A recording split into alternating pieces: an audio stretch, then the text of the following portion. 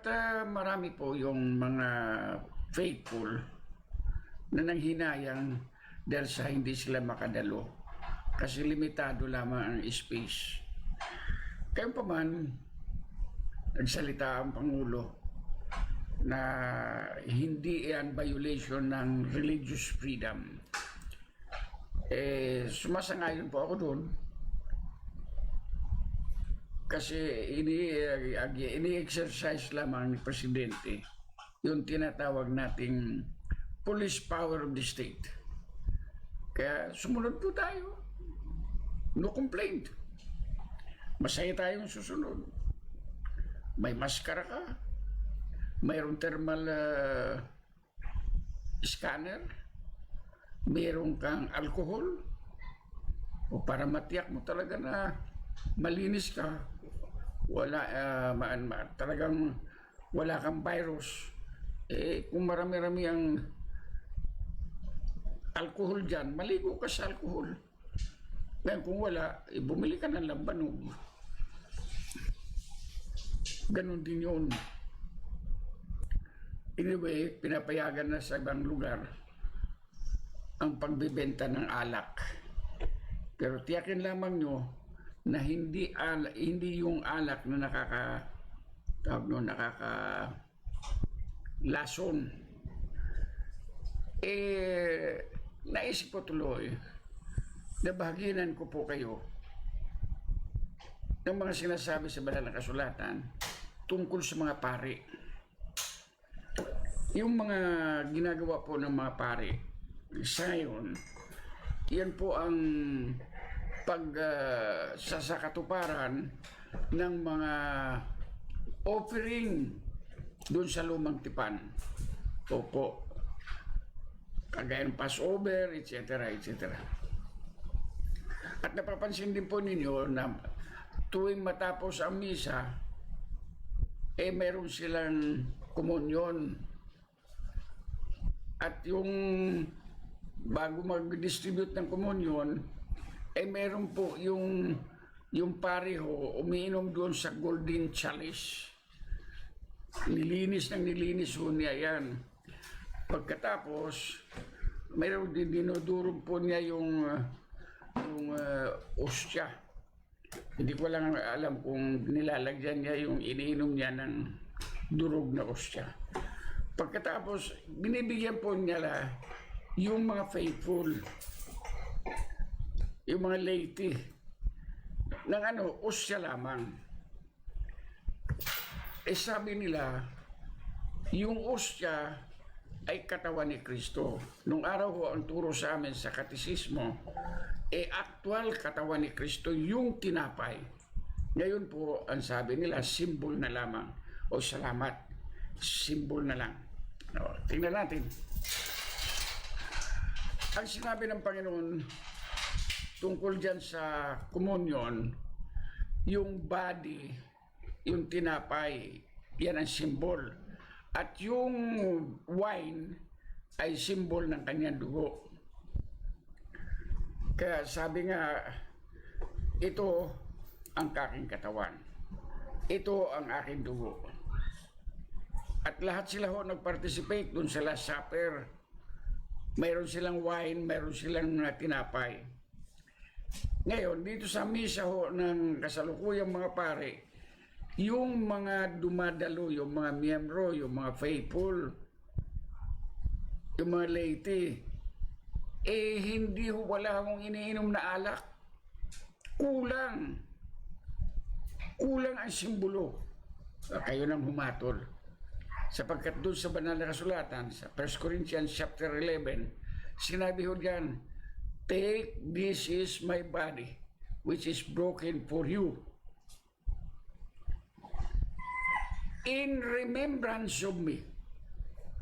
In remembrance of me. Pagkatapos sabi naman dyan sa alak, "Take this and drink it. This is by the blood of the covenant. Take it in remembrance of me." Remembrance po. Paghahaluin na natin yung simbolo at saka remembrance, pwede na. pwede na. Pero ang tinatanong ko, bakit yung mga miyembro ay tinapay lang ang binibigay, wala yung wine? Kulang po yun. Tingnan natin.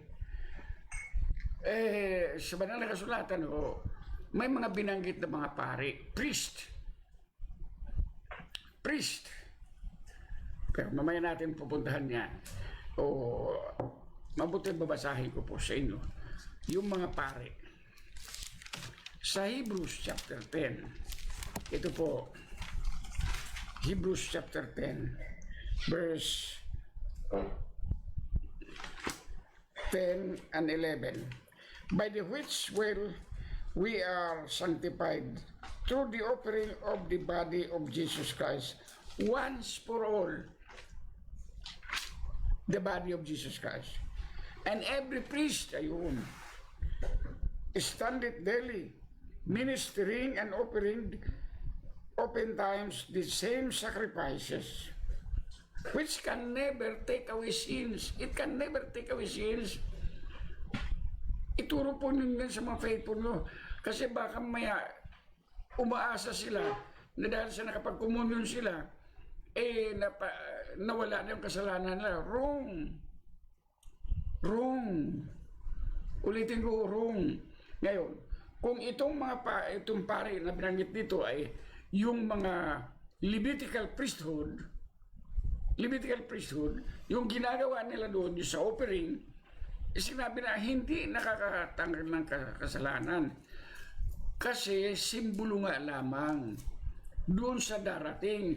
Dumating na nga si Kristo. Wala na yun. Kaya, assuming na yung mga pari ngayon, yun ang kapalit ng mga Levitical priesthood. Di yung ginagawa po nyo, hindi rin po nakakaalis ng kasalanan. Hindi ko kumisabi noon. Ulitin ko lamang po. And every priest standeth daily, ministering and offering oftentimes the same sacrifices which can never take away sins. Never. Pag sinabing never, never talaga. Except dun sa mga nanliligaw na I will never change. Pero kinabukasan nagbago. Dito, never can it take away your sins. Okay, tinaya. So, yun na ho. Ano ang mga tinawag ng Diyos para palaganapin ang Ebanghelyo ni Kristo? Ito po, sa Ephesians chapter 4, verse 11. And He gave some apostles, mayroon mga apostolis, yung 12, isang Judas, and some prophets. Ayun, may mga prophets pa ho nung early church. May mga prophets pa yun, yung mga bago dumating si Kristo, mga propeta na po yun. Itinuloy po yun Itinuloy po. Kagaya doon sa nang tumanggap na si Pablo sa Panginoong Kristo, pinapunta siya kay Ananias. Takot na takot pa nga si Ananias. But anyway, that will be another message. And God, nakalagay po doon, there is one body and one spirit, even as ye are called in one hope of your calling, one Lord, one faith, one baptism, one God and Father of all, which is above all and through all and in you all. But unto every one of us is given grace according to the measure of the gift of Christ. Kaya doon na ho tatalon tayo. And He gave some apostles, and some prophets, and some evangelists, and some pastors, and teachers. Ito po ang mga gumaganap sa pananambahan, sa pagpapalaganap ng Ebanghelyo ni Kristo. Ayan po, wala nang apostolis, bagamat mayroong mga lumalabas sa TV na apostol daw sila, whatever that is. 12 lamang po yung apostolis na tinawag ng Panginoon eh. Opo, ano pa? Apostolis, prophets, ang sumunod yung mga pastor na. Evangelist. Kagaya kay Billy Graham, evangelist po. Teachers, ayun. Kaya meron tayong mga Sunday school teachers, meron tayong mga soul winners, yung nagtuturo ng salita ng Diyos. Wala hong pare. Hindi binigay ng Diyos ang pari. Ulitin ko po. And He gave some apostles, some prophets, some evangelists, some pastors, some teachers. Bukas nga pala, Linggo. Limitado po ang ating Sunday school. Pero may Sunday school tayo. Mayroon tayong mga teachers dun. Mayroon din tayong pastor, mga ngaral ng salita ng Diyos. Yun po yung mga tinawag ng Panginoon na maglingkod sa Kanya. Ngayon, ang tanong ko nga sa inyo, bakit wala yung pari dito? Hindi tumawag. Hindi nagbigay ng mga pari. Kasi wala na nga ho yun eh. Mayroon tayong pastor. Mayroon tayong evangelist. Mayroon tayong mga teachers. Mayroon tayong mga deacons. Ayun. You see, mga kapatid, kung pupunta tayo sa Bible, magiging maliwanag po at mas matibay ang ating pananampalataya sapagkat mayroon tayong batayan.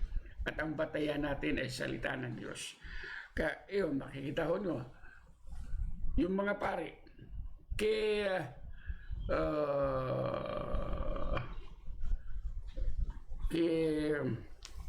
sorry po,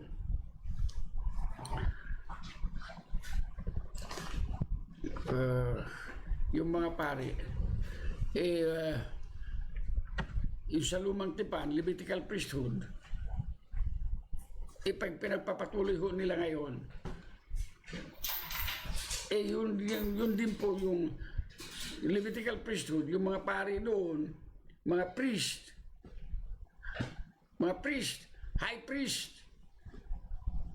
Sa ngayon po, mayroon tayong high priest. Sino yun? Si Jesus Christ. Si Jesus Christ. Wala na ho tayo ng mga priest. Ang totoo po niyan, ganito po. Ang sabi sa Banal na Kasulatan, call no man father upon the earth, for one is your Father which is in heaven. Maliwanag po yun. Pwede kong tawagin father yung tatay ko talaga. Yung asawa ng nanay ko. Kasi anak nila ako. Now, pwede naman pong sabihin nyo na anak naman kami ng Diyos. Hindi alam ko naman paano ka naging anak ng Diyos. Nagpapakabuti ako. Sinusunod ko ang mga lituntunin na aking simbahan. Sinusunod ko 10 utos. Nagyayabang ka na noon. Walang taong nakakasunod ng 10 utos. Kaya nga po si Kristo namatay sa krus para tuparin yung hindi natin matupad. What we cannot do, Jesus Christ did it at Calvary. Kaya ngayon, tatanggapin na lamang natin yung kanyang ginawa, yung kanyang pagka makatotohanan, yung siya ay totoo, katotohanan, siya ay buhay, siya ho ay daan, siya ho ang namatay para sa iyo. Tanggapin mo yan at magsisi ka ng kasalanan mo, may buhay ka ng walang hanggan. Matitiyak mo ang buhay mong walang hanggan. Nasa Bible po yun eh. Dito sa 1 John po. At ito ang babasahin ko po sa inyo. Huwag ko kayo magagalit sapagkat hindi ko kayo nilalait. Binabahaginan ko lamang po kayo ng salita ng Diyos. Ito sa 1 John chapter 5, verse 9. Kung mayroon kayong ballpen, isulat ho nyo at saka i-check nyo sa inyong Biblia. If we receive the witness of men, the witness of God is greater. For this is the witness of God, which He hath testified of His Son. Ano ang patutuo ng Diyos sa kanyang anak? Ito. He that believeth on the Son of God hath the witness in himself. He that believeth not God hath made him a liar, because he believeth not the record that God gave of His Son. Tingnan po nyo, itong Biblia ho, record ito ng Panginoong Kristo na binigay ng Diyos. Bigyan natin sa verse 11 po. And this is the record. You see? That God hath given to us eternal life.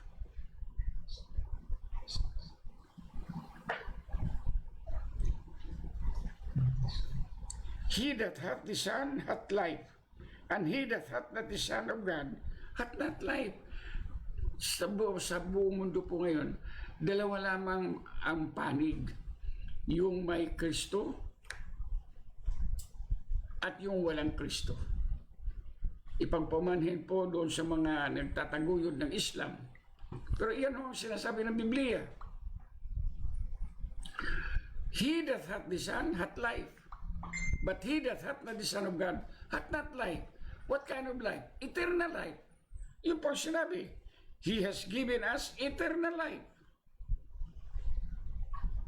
God will not give you life less than eternal life. It's always eternal. Kaya po, dito sa Banal na Kasulatan, ito na. Verse 12, He that hath the Son, sa iyo, kaibigan ko, mga kaibigan akong Islam na nanonood pakinggan po ito. He that hath the Son hath life, and he that hath not the Son of God hath not life. Maliwanag naman po yun. Verse 13, These things have I written unto you that believe on the name of the Son of God, that you may know that you have eternal life. You see? Hindi ko kami sabi noon, Biblia. You may know that you have eternal life, and that you may believe on this name of the Son of God. Yan po ang nakasulat. Kaya ngayong gabi ho, matitiyak mo ang kaligtasan mo. Ano yun? Doon ho sa John 1:1. In the beginning was the Word, and the Word was with God, and the Word was God. The same was in the beginning with God. Doon ho sa verse 11, He came unto His own, si Kristo yun.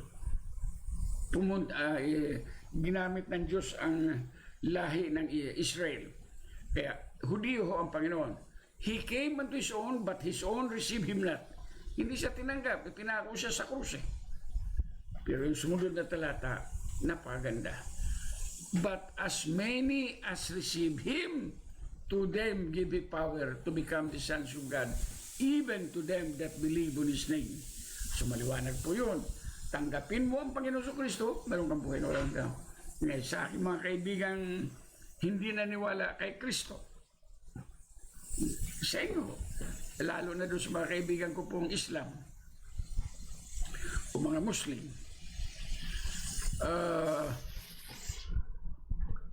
kung totoo na si Kristo lamang ang makapagbibigay ng buhay na walang hanggan at hindi mo pinaniwalaan, gaano ang mawawala sa iyo? You lose everything. You go to hell.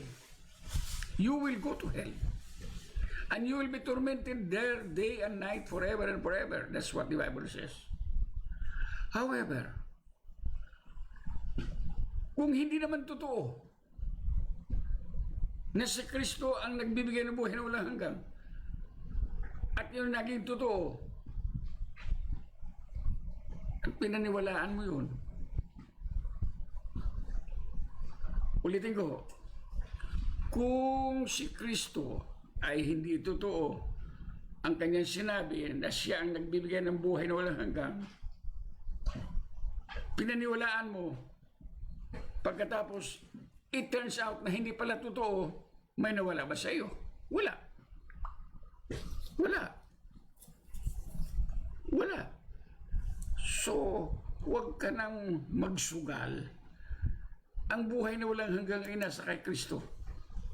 Wala ho sa inyong simbahan. Wala ho sa aming simbahan. Nasa kay Kristo po. Ang simbahan po ang gaganap lamang ng utos ni Kristo na palaganapin ang pangangaral ng Ebanghelyo ni Kristo. Pero ang iglesia po hindi magliligtas. Si Kristo po ang tagapagligtas. Huwag na tayong magkaroon ng double talk. Christ is the Savior. Sinisigaw ho natin yung pagpasko. O ba, Pasko pa. Malapit na naman. Hindi ako maniwala sa Pasko. Una, hindi ho pinanganak ang Panginoon sa Kristo noong December 25. Hindi po. At kahit na sinong tanungin mo mga scholars, sasabihin na hindi pinanganak noong December 25. Eh bakit nilagay nila yun? Sinong naglagay doon? Katoliko. Pangalawang dahilan kung bakit ako naniwala sa Pasko, na decanonize na po si Saint Valentine. Ay tanong nyo sa mga pare, kung hindi niya alam, hindi siya nakikinig sa aral ng Papa. Kasi ang Papa ang nag-decanonize ko niyan. Ano-ano yung mga santo na na-decanonize na ho? Saint Valentine. Santa Claus. Santa Claus sa Pasko. Santa Claus pala. Sorry po. Saint Valentine. Na-decanonize na po yun. Saint Christopher. Ang alam ko, 4 yun. Pero ang naalala ko, 3 lang. Pinagkakaguluhan pa yung Saint Valentine. Kasi negosyo yun. Naku, billions po ang nagagastos yan pag-araw ng Valentine. Sa pamagitan ng cards. Yung cards lamang po. Gifts and cards. Messages. Ngayon, sa cellphone na lang yata. Pero mayroon pa rin hong cards. At may ano niyan, mga negosyante. Kumikita ho sila dyan. Now, let us go back. Kung nais mong talagang matiyak ang kaligtasan mo, huwag mong ipagsugal doon sa ang pinaniwalaan mo yung sinasabi ng mga teacher nyo. Ang paniwalaan mo yung itinuturo niya sa Bible. Pero huwag kang magtiwala ng todo-todo doon sa mga nangangaral na kinakailangan saliksikin mo. Yun po ang utos ng Panginoon. Search the scriptures. Saliksikin ninyo ang mga banal na kasulatan. Search the scriptures, for in them you think you have eternal life, and they are they which testify of me. Kaya, go to the scriptures. Go to the scriptures. Huwag mo paniwalaan siya. Sabi nila, wala kang karapatang mangaral. Wala kang karapatang magkaroon ng interpretasyon. Ang may karapatan lamang na mangaral ay yung sinugo. Come on. Mayroon din may mga karapatan din yung mga binasbasan ng Papa. Wrong. Pag tumanggap ka kay Kristo, binasbasan ka na ng Diyos. At hindi tao po ang nagpapabanal sa tao. Diyos ang nagpapabanal sa tao sa pamagitan ng kanyang salita. Do this, don't do this, don't do this, do this. You pray like this, you pray like this. At maglingkod ka sa akin sa pamagitan ganito. Nasa Bible lahat yun. Bigyan ko na isang talata. How are we going to serve the Lord? Isang talata ho. I beseech you therefore, brethren, by the mercies of God, that you present your bodies a living sacrifice, holy and acceptable, which is your reasonable service. Yung reasonable service po, ang translation po doon, katampatang pagsamba. Hindi service shop ang simbahan. Katampatang pagsamba yung service ho yan. Sa inyong lahat po, ginagaya ko po si Pablo. Nakikiusap ako. Magbalik loob kayo sa Diyos. At maglingkod kayo sa Diyos ayon sa banal na kasulatan. Sumamba kayo sa Diyos ayon sa banal na kasulatan. Maglingkod tayo. Sama-sama po tayo. Manalangin po tayo. Panginoon, pagpalain mo po ang salita mo. Ipakita mo at ipadama sa tao ang kapangyarihan mo sa pamagitan ng salita. O Lord, mahabag ka sa mga tao. Malayong malayo na po sila. Patuloy pa rin ang iyong panawagan sa kanila. Repent. Repent. Although this is just a voice in the wilderness, repent. Repent. For the kingdom of God is at hand. Prepare to meet thy God. Lord, ito ang aming panalangin. Tulungan mo po kami. Ingatan mo po kami. At o God, bigyan mo po kami ng kalakasan. Pangunawa sa iyong salita. Pangunawa sa iyong kalooban. At higit sa lahat, katalinuhan, karunungan mula sa iyo, O Lord, sa aming paglilingkod at sa aming pakikipagkapwa. O Lord, pangunahan mo po kami. Hawakan mo po ang aming diwa, ang aming isip, na hinihiling namin na matuwid na pag-iisip, sapagkat ikaw ang aming karunungan, O Lord. Patawad po sa aming mga kasalanan. Ihanda mo po ang aming mga katawan sa araw ng bukas ng paglilingkod sa iyo ayon sa banal na kasulatan. Ikaw ang aming Diyos ngayon at magpakailanman. Ikaw ang nagpapagaling sa mga may sakit. Ikaw ang nag-iingat sa iyong mga anak laban sa mga salot o aksidente o anumang uring sakit. Kaya Panginoon, sa gabing ito, mabag ka sa amin, Lord. Patawad po, Panginoon. Ang lahat ng panalangin pong ito ay hinihiling namin sa pangalan ni Jesucristo na aming tagapagligtas. Amen. Bukas po, mayroon tayong Sunday School. Ang aming church, Bible Baptist Church po, sa tapat lamang po ng Barangay Hall ng Barangay Toro Hills sa Project 8. Bibidas, Sunday School po namin doon alas 8:30. We'll observe the protocol. We will observe the protocol. Be with us. At sa inyong lahat na mga sumasama sa akin ngayon dito sa panalangin at nakibahagi sa pag-share ng salita ng Diyos sa inyong mga kaibigan, maraming salamat and God bless you. Magpapatuloy po tayo ng pagbabahagi ng salita ng Diyos kahit na hindi ito palatable sa ibang mga denominasyon. But anyway, this is the Word of God. Sabi nga sa banal na kasulatan, Pedro, we would rather obey God rather than men. Praise the Lord, mga kapatid. Lord, create in us a clean heart. A clean heart. And allow us, Lord, to serve you according to your book. And Father, prepare our minds and our hearts for tomorrow's services. Ito po si Mar Arias po.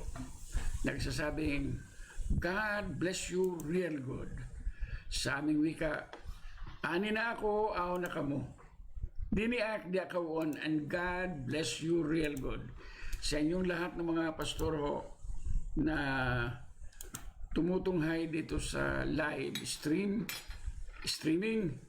mga pastor sa Cebu, mayong gabi sa inyong tanan. Mga pastor ho sa Negros, ganun din po doon sa Eastern Visayas, mga Cebuano po yun. Doon sa Dumaguete, daghan salamat o maayong gabi sa inyong tanan diha. At sa Mindanao po, kahit na iba-iba ang wika doon, pero ang street language ho doon ay Cebuano. At dyan ho sa Leyte, kay Pastor Leron, God bless you. At sa iba pang mga pastor po dyan sa Leyte, God bless you po. At dyan sa Butuan, kay Dr. Vic Serrano, God bless you. God bless you po. Marami kayong pastor dyan, God bless you. Doon ho sa Cagayan de Oro, God bless you, Brother Fred Huili. God bless you. Lahat na yung mga pastor dyan sa Cagayan de Oro, the Lord bless you all. At dyan sa Lanao, sa Iligan, God bless you, Brother Bal Murillo. At sa mga magkakapatid na mga pastor dyan, marami ho dyan, yung may-ari ng radio station ho dyan, God bless you po. Balita ko, operation na yung inyong radio station dyan, pagpalain ang inyong ministry. At doon po sa Zamboanga, lahat po ng mga pastor dyan, God bless you. God bless you po. Pastor Pigapria, magandang gabi ho sa iyo. God bless you po. At doon sa Norte, kay Pastor Angala, God bless you kapatid. Kay Pastor Garcia, God bless you. Sa Ilocos Norte, sa Lawag, sa Bantay, sa Batak, God bless you po yung mga pastor dyan. Alam po nyo, ang mga Bible Baptist, all over the Philippines na po, hanggang Sulu, mayroon na nga pong pastor na Islam Opo, mayroon na po. Mayroon pa hong pastor na naging pari, dating pari, pastor na ngayon. Sana po, marami pang pari ang makakita ng katotohanan mula sa banal na kasulatan. Again, God bless you real good. Good night.